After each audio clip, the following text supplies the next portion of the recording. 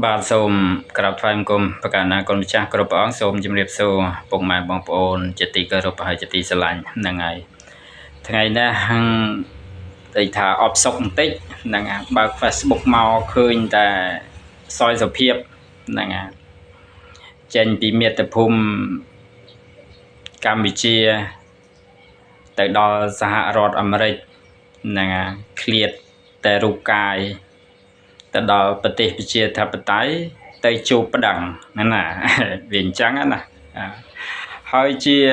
អ្នកសារព័ត៌មានទៀតហ្នឹងហើ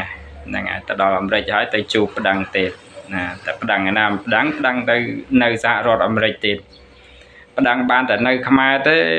មើលទៅដល់ប្រទេសប្រជាធិបតេយ្យហើយយើងទៅប្តឹងគេមិនកើតចេះសំណាងហើយគេឲ្យចូលទឹកដីសហរដ្ឋអាមេរិកមើលបាក់ពោក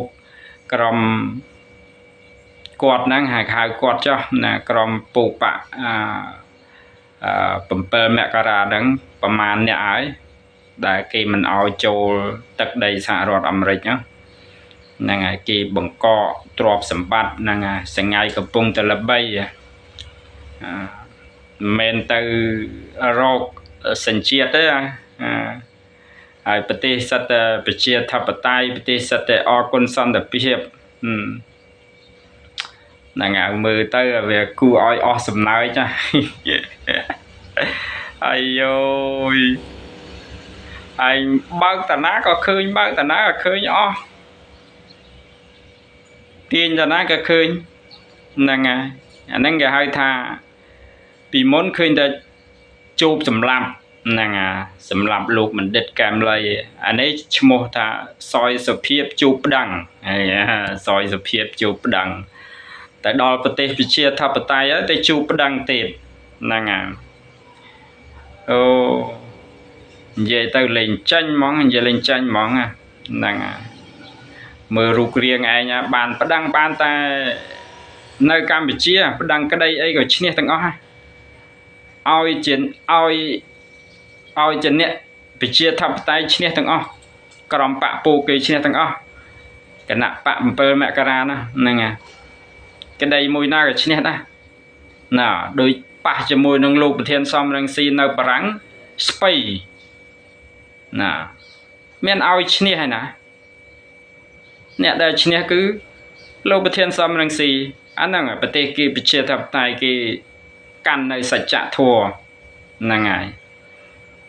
មិនដោយប្រទេសឯងអគុណសន្តិភាពតែប្រជាពលរដ្ឋទឹកភ្នែកទឹកសម្បោលំបាកដោយសារមន្ត្រីរាជការបកពោក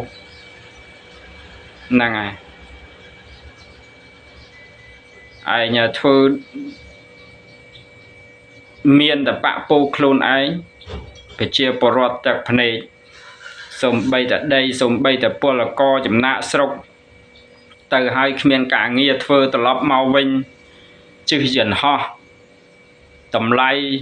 8,000 9,000 10000ហ្នឹងហើយឃើញនេះមកហោហែគេចាប់ក៏គេចាប់គេធ្វើបាបក៏ធ្វើបាប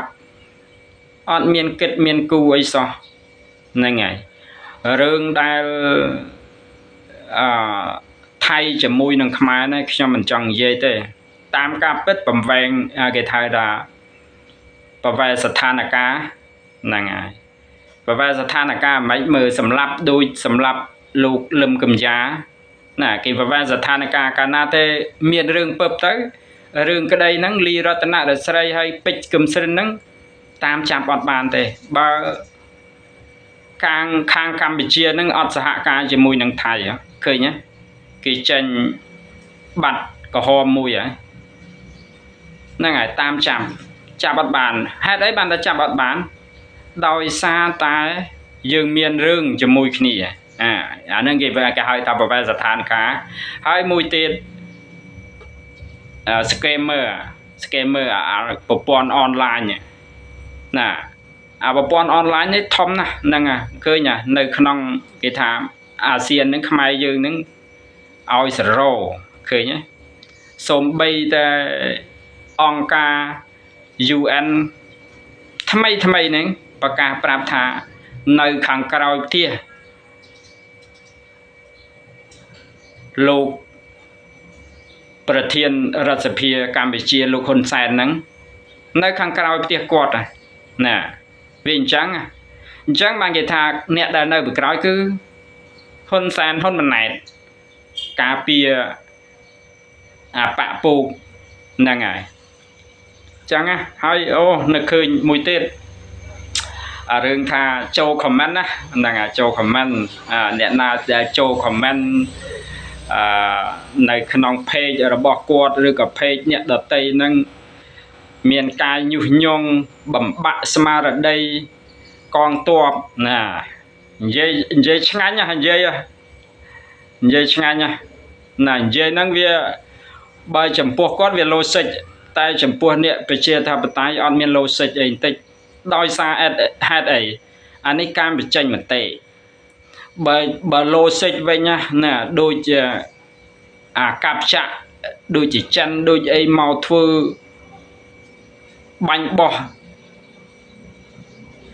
តាមក្រុងបសេអនុអីហ្នឹងអត់យកភ្នែកមើលទេណា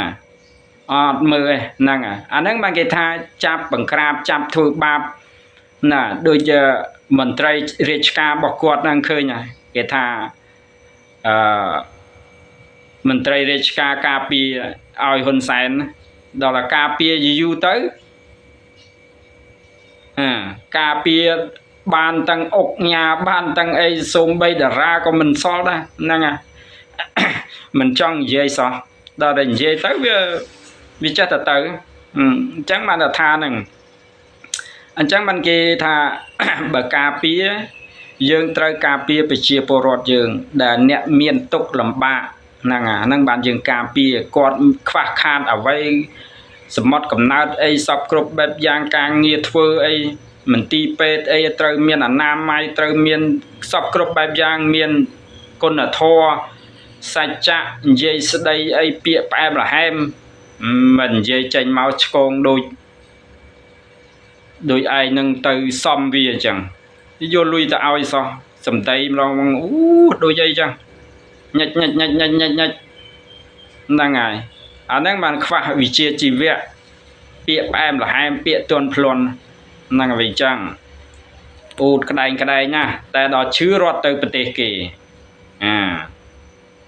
អានេះល្បីអារឿងថាអីគេសាកលវិទ្យាល័យអីចាំបានទេឬថ្នាក់បណ្ឌិតឲ្យមកស្រាវជ្រាវឬតែពីខាងក្រៅអ្នកដែលចប់មកពីខាងក្រៅ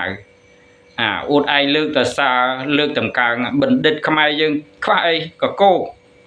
អត់លើកតម្កើងទៅលើកតម្កើងអ្នកដែលចប់ពីខាងក្រៅមិនថាឲ្យលើកតម្កើងមិនឲ្យលើកតម្កើងទេលើកតម្កើងប៉ុន្តែយើងដាក់នៅក្នុងហ្នឹងយើងថាអ្នកចប់ខាងក្រៅក៏បានអ្នកនៅខាងក្នុងក៏បានអាហ្នឹងគឺជាការប្រសើរមួយអាហ្នឹងគឺពងល្បីហើយពងល្បីសពផ្សាយរឿងមួយទៀតហ្នឹងសយសភាពហ្នឹងហើយអ្នកសារព័ត៌មានឈានទៅដល់អាមេរិកហើយទៅជួបប្តឹងនៅអាមេរិកទៀតហ្នឹងចាំមើលដល់ដំណាក់កាលទៅមិនរួចជាមួយគេប្តឹងបានទៅនៅកម្ពុជាប្តឹងបានតាមតែអំពើចិត្តទៅដល់អាមេរិកឲ្យស្ពៃហ្នឹងហើយអញ្ចឹងអត់មានអីទេផ្ញើคลิปមួយនេះទៅលោកសយសភាពហ្នឹងហើយអ្នកសារព័ត៌មានហ្នឹងហើយសូមអរគុណសូមជម្រាបលា